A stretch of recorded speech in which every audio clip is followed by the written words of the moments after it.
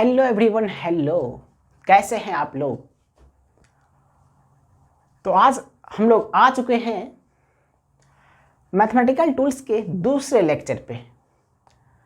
अभी तक आपने यदि मैथमेटिकल टूल्स का पहला लेक्चर नहीं पढ़ा, नहीं देखा, जिसमें हमने फंक्शन को प्यार से एक्सप्लेन करा है, तो जाइए इस वीडियो के डिस्क्रिप्शन बॉक्स में, जहाँ पर मैंने उसका लिंक प्रोवाइड करके रखा है, पहले उस लेक्चर को देखिए और फिर से इस लेक्चर को देखिए, ताकि चीज़ें एक अच्छे तरीके से सीक्वेंस में चलता रहे, आप चीज़ों को कोरिलेट कर पाए। ओके, उससे पहले यदि आप चैनल पर नए हो तो चैनल को सब्सक्राइब कर दें और बेल आइकन को दबा दें, ताकि इस चैनल पर आने वाली वीडियो का नोटिफिकेशन सबसे पहले आप तक पहुंचे। तो आइए हम लोग आज इस मैथमेटिकल टूल्स के दूसरे लेक्चर में बात करने वाले हैं लॉगरिदमिक फंक्शन का। किसका बात करेंगे? लॉगरिदमिक फंक्शन का। ओके, तो लॉगरिदमिक फंक्शन होता क्या है उसके बारे में हम लोग अभी बात करने वाले हैं। Logarithmic function. Okay,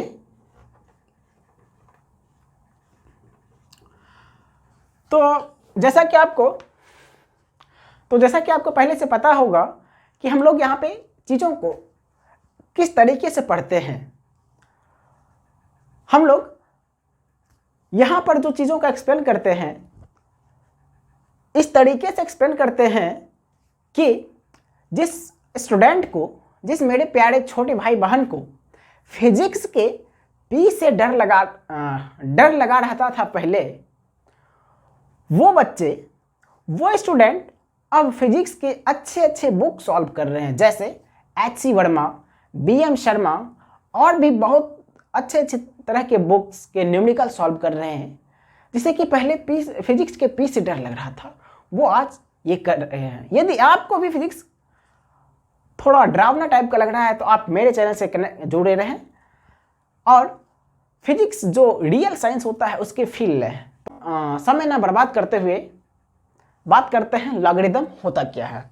logarithmic function को समझने से पहले हम लोग एक नेचुरल नंबर लेते हैं 36। आप सोच रहे होंगे कि 36 ही क्यों लिया।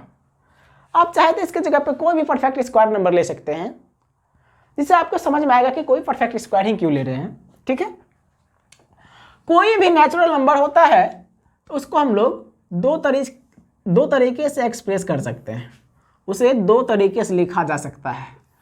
पहला तरीका होता है एक्सपोनेंशियल फॉर्म, एक्सपोनेंट के फॉर्म में, जो क्लास 7 या 6 में पढ़े थे आप, एक्सपोनेंशियल फॉर्म। और दूसरा तरीका होता है किसी भी नेचुरल नंबर को लिखने का लॉगरिदमिक फॉर्म। क्या फॉर्म? कौन सा फॉर्म? Logarithmic form. ओके, अब देखिए, यदि अपन इस 36 को एक्सपोनेंट के रूप में लिखें तो 36 को हम लोग लिख सकते हैं क्या? 6 स्क्वायर। चेक कीजिए, 6 × 6 यानी कि 6 स्क्वायर। ओके, ये हो गया आपका एक्सपोनेंशियल फॉर्म। अगर इसको हम लोग लॉगरिदमिक फॉर्म में लिखना चाहें तो बाद में अपन थोड़ा सा बात करेंगे इसके बारे में।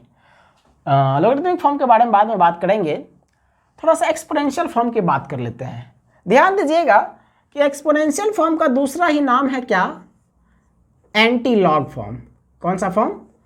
Anti log form. Anti log नहीं, एंटी लॉग। बहुत सारे लोग तो इसी में कंफ्यूज रहते हैं कि एंटी लॉग है कि आंटी लॉग है। ओके, तो एंटी लॉग फॉर्म है, नॉट आंटी लॉग। ओके, इसको बोलते हैं एंटी लॉग फॉर्म। और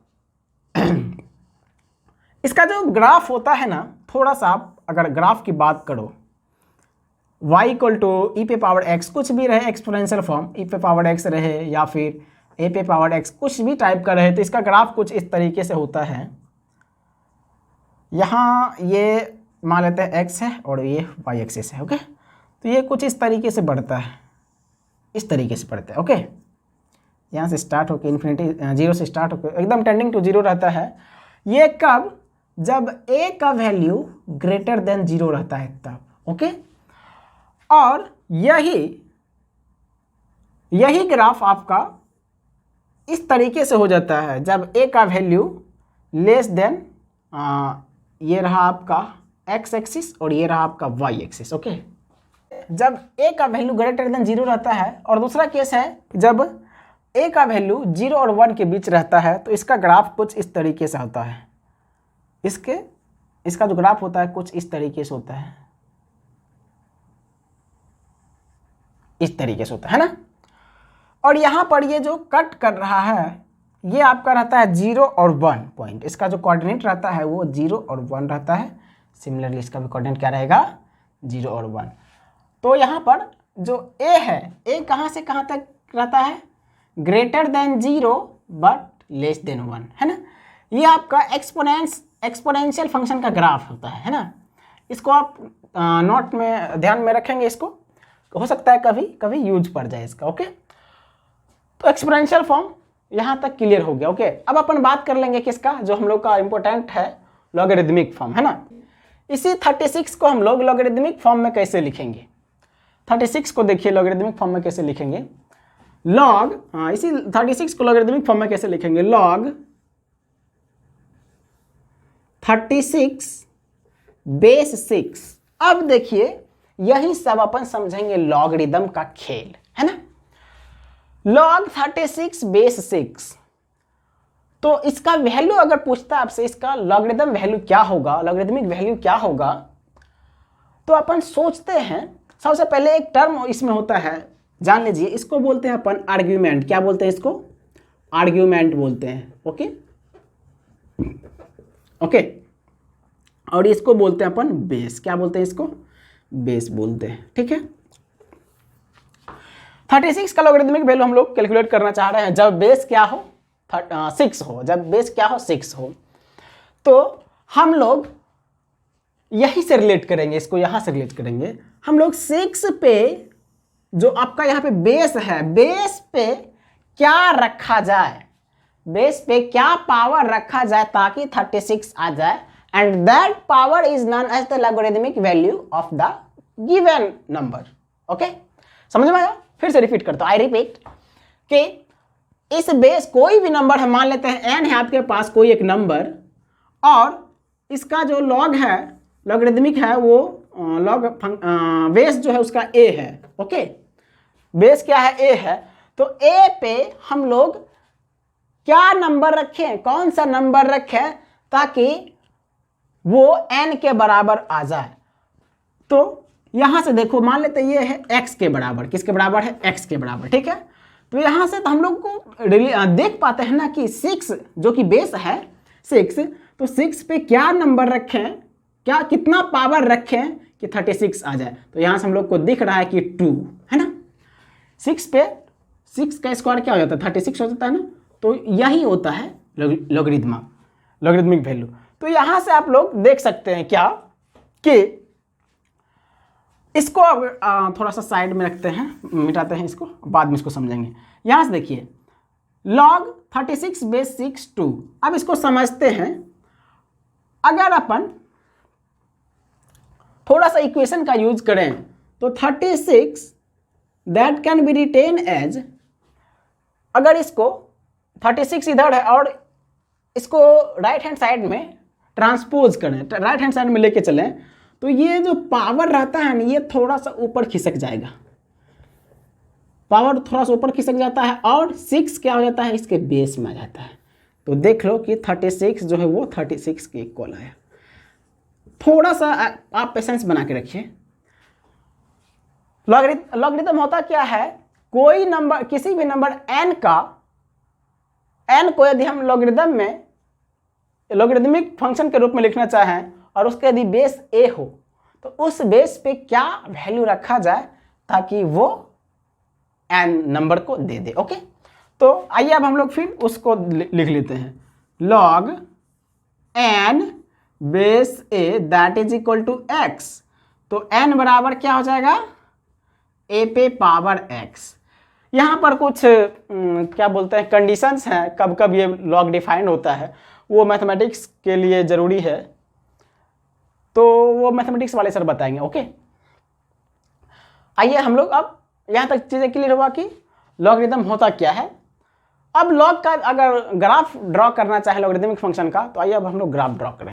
जो ये लॉगरिदमिक फंक्शन है, log n base a is equal to x, इस टाइप का इसके ग्राफ क्या होंगे। log n base a equal to x ये तभी डिफाइन होता है जब n जो हो वो ग्रेटर देन 0 हो और a जो हो वो भी ग्रेटर देन 0 हो, बट a 1 के बराबर नहीं होगा, a is not equal to 1। ये इसके लिए कंडीशन है, ये इंपॉर्टेंट है ना। वैसे जब भी आपको ये चीज़ लॉगरिथमिक फंक्शन से रिलेटेड चीज़ें दिया रहेगा तो हमेशा डिफाइंड ही रहेगा, वो ऐसा एज्यूम करके चलेगा, ठीक है। तो इसमें a ग्रेटर देन 0, तो इसके दो केसेस अराइज होते हैं। पहला केस तो है a जो है 0 से बड़ा होगा, दूसरा पहला केस है कि a जो है ग्रेटर देन 1 रहेगा और दूसरा a greater than 0 but less than 1 रहेगा। तो ग्रेटर देन a में जो इसका ग्राफ बनता है लॉग का वो इस टाइप का कुछ बनता है। इधर मान लेते हैं x है और इधर y है, fx है, या फिर log n बेस a है। तो इसका ग्राफ कुछ इस टाइप का बनता है, ये इस टाइप का है ना, यहाँ से स्टार्ट होता है और ये वाला वैल्यू कहलाता है 0, 1, 0। क्या कहलाता है ये 1, 0। और इस केस के लिए जो ग्राफ बनता है आपका वो इस टाइप का बनता है। ओके, फिजिक्स के लिए इंपॉर्टेंट नहीं है ग्राफ की किस तरीके से आ रहा है, आप ध्यान में रखोगे फिर भी, ठीक है। ये कुछ इस तरीके से आते हैं, इस तरीके से। ओके, ये हो गया आपका क्या, ग्राफ हो गया, ठीक है। ग्राफ है, यहाँ पर इसका कोऑर्डिनेट क्या हो जाएगा 1, 0, ठीक है। अगर हम लोग इसको ओरिजिन मान लें, इसको ओरिजिन मान लें तो ये रहा क्या आपका लॉगरिथमिक फंक्शन का ग्राफ, है ना। ग्राफ कुछ इस टाइप का रहता है, इसका नेचर कुछ इस टाइप का रहता है, ठीक है। अब हम लोग बात करेंगे बेसिक प्रिंसिपल, जो लॉगरिथमिक फंक्शन का बेसिक प्रिंसिपल है, बेसिक प्रॉपर्टीज है, उसकी बात करेंगे। तो आइए हम लोग अब देखते हैं, तो आइए अब हम लोग लॉगरिथम के जो बेसिक प्रिंसिपल या फिर बेसिक प्रॉपर्टीज है उसके बारे में बात करते हैं। ओके, लेकिन थोड़ा सा बेसिक प्रिंसिपल या फिर बेसिक प्रॉपर्टीज देखने से पहले हम लोग थोड़ा सा कुछ 1-2 पॉइंट और देख लेते हैं। तो नेचुरल लॉग और नेपियर्स लॉग को कैसे रिप्रेजेंट करते हैं, उसको रिप्रेजेंट करने के लिए हम लोग देखते हैं। जैसे मान लेते हैं कि आपके पास कुछ एक नंबर है, लॉग है, इस तरीके से लिखा हुआ है ना, लॉग जिसका आर्ग्यूमेंट a है और बेस 10 है। ओके, तो ये कभी कभी जो है ना आपको ऐसे भी लिखा हुआ मिल सकता है, केवल और केवल log a। अब जब आपको केवल इस तरीके का लिखा हुआ मिलेगा log a और बेस में कुछ नहीं है, तो आपको अपने मन से मान लेना है, अंडरस्टूड कर लेना है कि ये क्या, इसमें जो बेस होगा वो क्या होगा 10 होगा। ओके, हर बार ये आपको डिनोट नहीं करेगा, ठीक है, क्या है इसका बेस। और नेपियर्स जो है, नेपियर्स लॉग को कैसे लिखेगा इन्होंने, ये log a base e। Okay, और इसी को दूसरे तरीके से हम लोग ऐसे भी लिखते हैं ln a।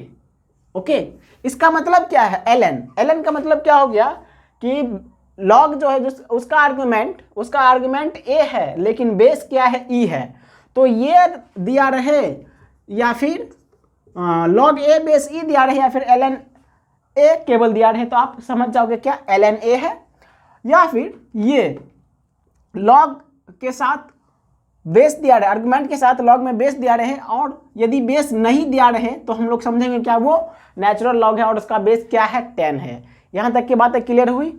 ओके, आइए अब हम लोग देखते हैं बेसिक प्रिंसिपल जो है, बेसिक प्रॉपर्टी जो है लॉगरिथम का वो क्या है। ओके, प्रिंसिपल है जो सबसे फंडामेंटल थ्योरम है या फिर प्रॉपर्टी कह सकते हैं उसको, वो है एक्सपोनेंट का जो एक लॉ है उससे रिलेटेड है।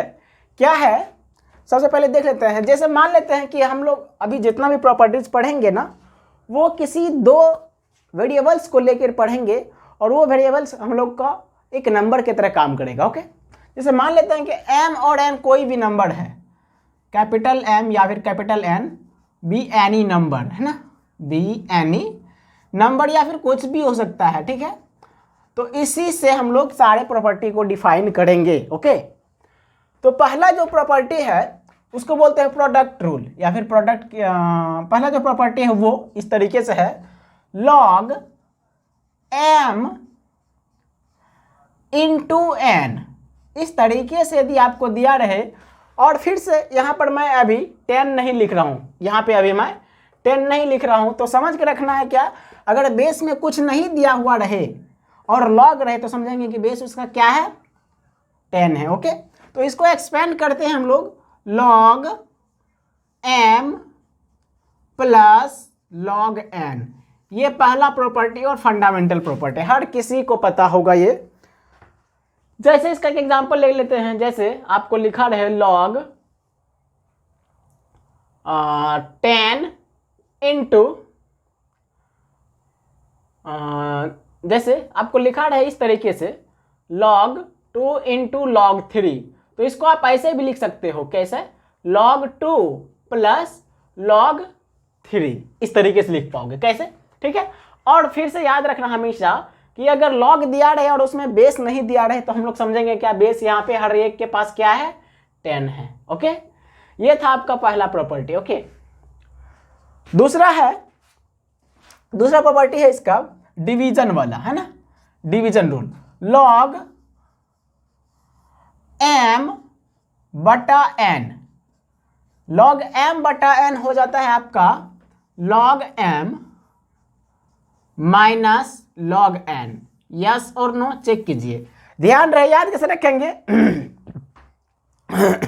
याद कैसे रखेंगे इसको, जब आपको प्रोडक्ट में दिया रहेगा तो कैसे करेंगे, ओपन कर देंगे प्लस के साथ, लेकिन जब आपको डिवीजन में दिया रहेगा तो ओपन करेंगे किसके साथ, माइनस के साथ। अभी आपने पढ़ा है ना, बचपन में पढ़ा होगा कि मान लो एक नंबर है a, इस तरीके से लिखा a पे पावर m इंटू a पे पावर n। अगर बेस सेम रहता है तो पावर क्या हो जाता है, जुड़ जाता है, कब, जब मल्टीप्लिकेशन रहता है। वही यदि बेस सेम रहे और डिवीजन के साथ रहे, पावर अलग अलग, तो क्या होता है, घट जाता है। तो यहाँ से आप इसको ऐसे भी रिलेट करके रख सकते हो याद। ओके, अगला जो प्रॉपर्टी है वो थोड़ा सा इंपॉर्टेंट है, देखिए क्या है। मान लेते हैं आपके पास इस तरीके से लिखा हुआ है log m पे पावर अल्फा, log m पे पावर अल्फा, अल्फा कोई एक रियल नंबर होगा, कुछ भी हो सकता है अल्फा। अगर इस तरीके से दिया लिखा रहे तो आप क्या करोगे, चुपके से ये जो अल्फा है, अल्फा को आप इसके पास बैठा दोगे। ओके, क्या कर दोगे, तो अल्फा क्या हो जाएगा, इसके साथ प्रोडक्ट में आ जाएगा, तो अल्फा इंटू log m, है ना। अब देखिए इसे का एक एक्सटेंडेड वर्जन है। ओके, अच्छा एक चीज और देखना, यहां पर ना कुछ तो बेस 10, नहीं कुछ लिखा हुआ है, तो यहां पे क्या है, बेस 10 है।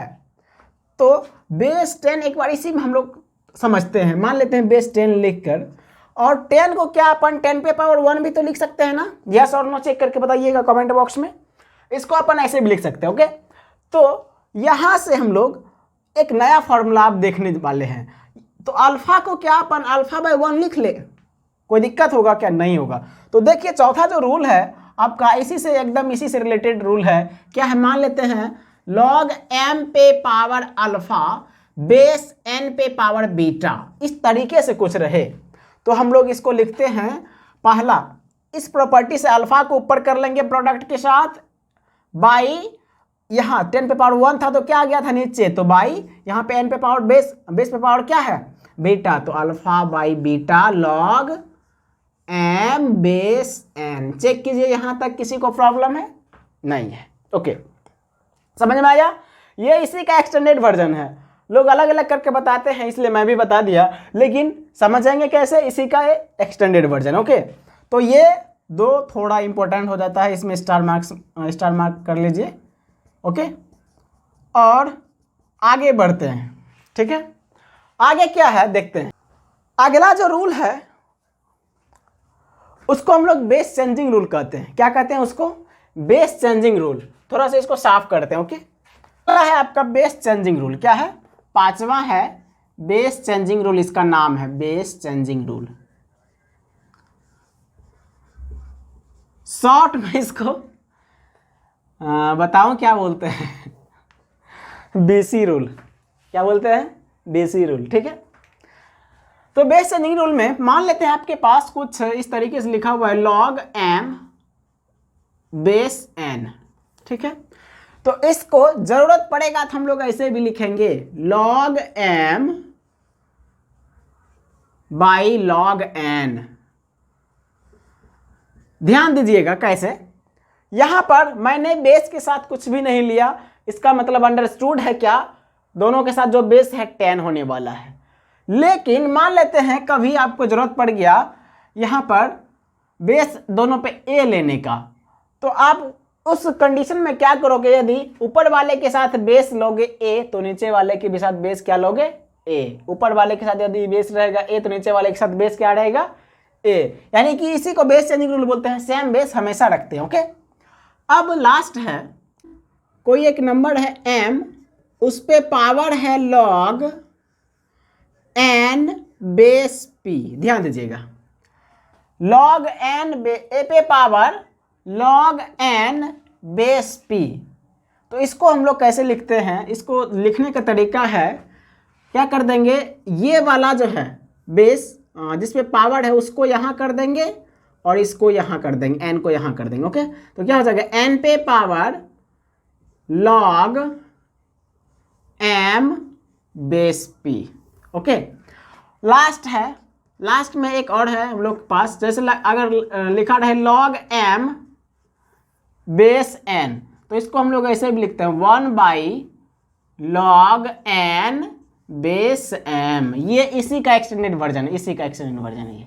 ठीक है, कैसे लिखा है मैंने, log m बेस n, तो हमें लिखा log m by log n। ठीक है, यहां पर देखो क्या, अगर हम लोग इसको 1 अपन log n बेस m, थोड़ा समझ लीजिए इसको, थोड़ा सा ध्यान दीजिए, 1 बाई log, इसमें लगाते हैं base changing rule, log n by m है, log n तो बटा क्या हो जाएगा, बटा log m होगा, और ये क्या चला जाएगा, ऊपर चला जाएगा, तो यही हुआ ना, क्या हो जाएगा, log m by log n।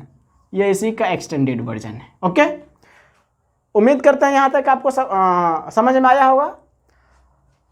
आप इन सबको क्या कर लोगे, याद कर लोगे। ये क्या है, रिमेंबर्ड के लिए। ओके, ये क्या करोगे, याद करोगे। उसके बाद इसके कुछ 2-4 नोट्स हैं जो कि डाटाबेस है, उसको आपको याद रखना है, वो भी मैं अभी लिखवा दूंगा। ओके, याद करने योग्य चीज़ें हैं, उसको अपन लिख लेते हैं, इसको याद ही कर लेंगे। ठीक है, तो पहला नोट लिखिएगा, नोट 1।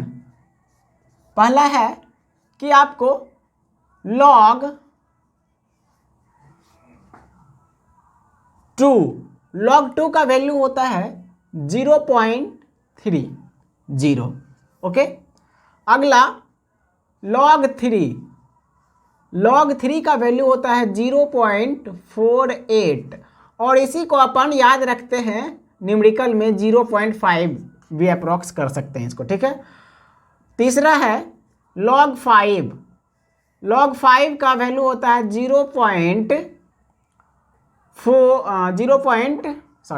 log 5 का वैल्यू होता है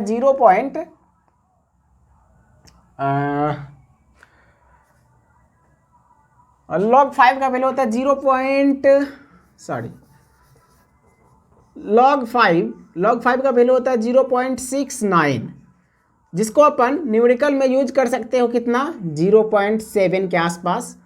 और लास्ट जो है वो है log 7 का वैल्यू होता है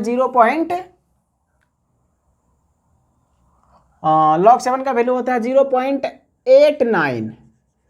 ओके, जिसको अपन अप्रॉक्स में कितना लिखेंगे, 0.9।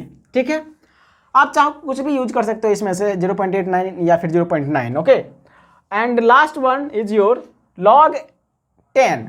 log 10 का वैल्यू होता है log 10 2.303 होता है। log 10 का वैल्यू कितना होता है, 2.303। ओके, और मोस्ट इंपॉर्टेंट, ये आपको फिजिक्स में भी काम आता है इसका, और केमिस्ट्री में भी काम आएगा, ln2। जब आप केमिकल काइनेटिक्स पढ़ोगे तो वहाँ पे जो एवरेज वैल्यू निकाला जाता है, एवरेज हाफ लाइफ, ये सब में पूछा जाता है 6। ये क्या है, ln2। ln2 क्या है तो log 2 बेस ई, यस और नो। ln2 इसका वैल्यू होता है 0.693, ये आपको याद रखना है, ये क्या है रिमेम्बरेंस के लिए है। ओके ठीक है। तो लॉगरिदम का जितना भी बेसिक प्रिंसिपल था, बेसिक प्रॉपर्टी था और कुछ जो याद करने लायक चीज़ डाटाबेस था उसको मैंने लिखा दिया है। इस पर सवाल नहीं करा रहा हूँ, ज़रूरत पड़ेगा अगर मॉड्यूल में देखूंगा, अगर वैसा सवाल होगा फिजिक्स में तो मैं इससे रिलेटेड सवाल करा दूंगा। ओके तो ओवरऑल कहा जाए तो लॉगरिदम जो लॉगरिदमिक फंक्शन था हम लोगों का कंप्लीट हो चुका है। यदि आपके मॉड्यूल में इससे रिलेटेड मैथमेटिकल टूल्स में इससे रिलेटेड यदि आपके मॉड्यूल में सवाल हैं तो आप सवाल करिए, और यदि कोई डाउट आता है तो डाउट कमेंट बॉक्स में ज़रूर पूछिए। चलिए वीडियो को लास्ट तक देखने के लिए धन्यवाद। अब हम लोग मिलेंगे अगले दिन अगला लेक्चर लेके, जो कि होगा ट्रिग्नोमेट्रिक फंक्शन। तब तक के लिए ऑल द वेरी बेस्ट।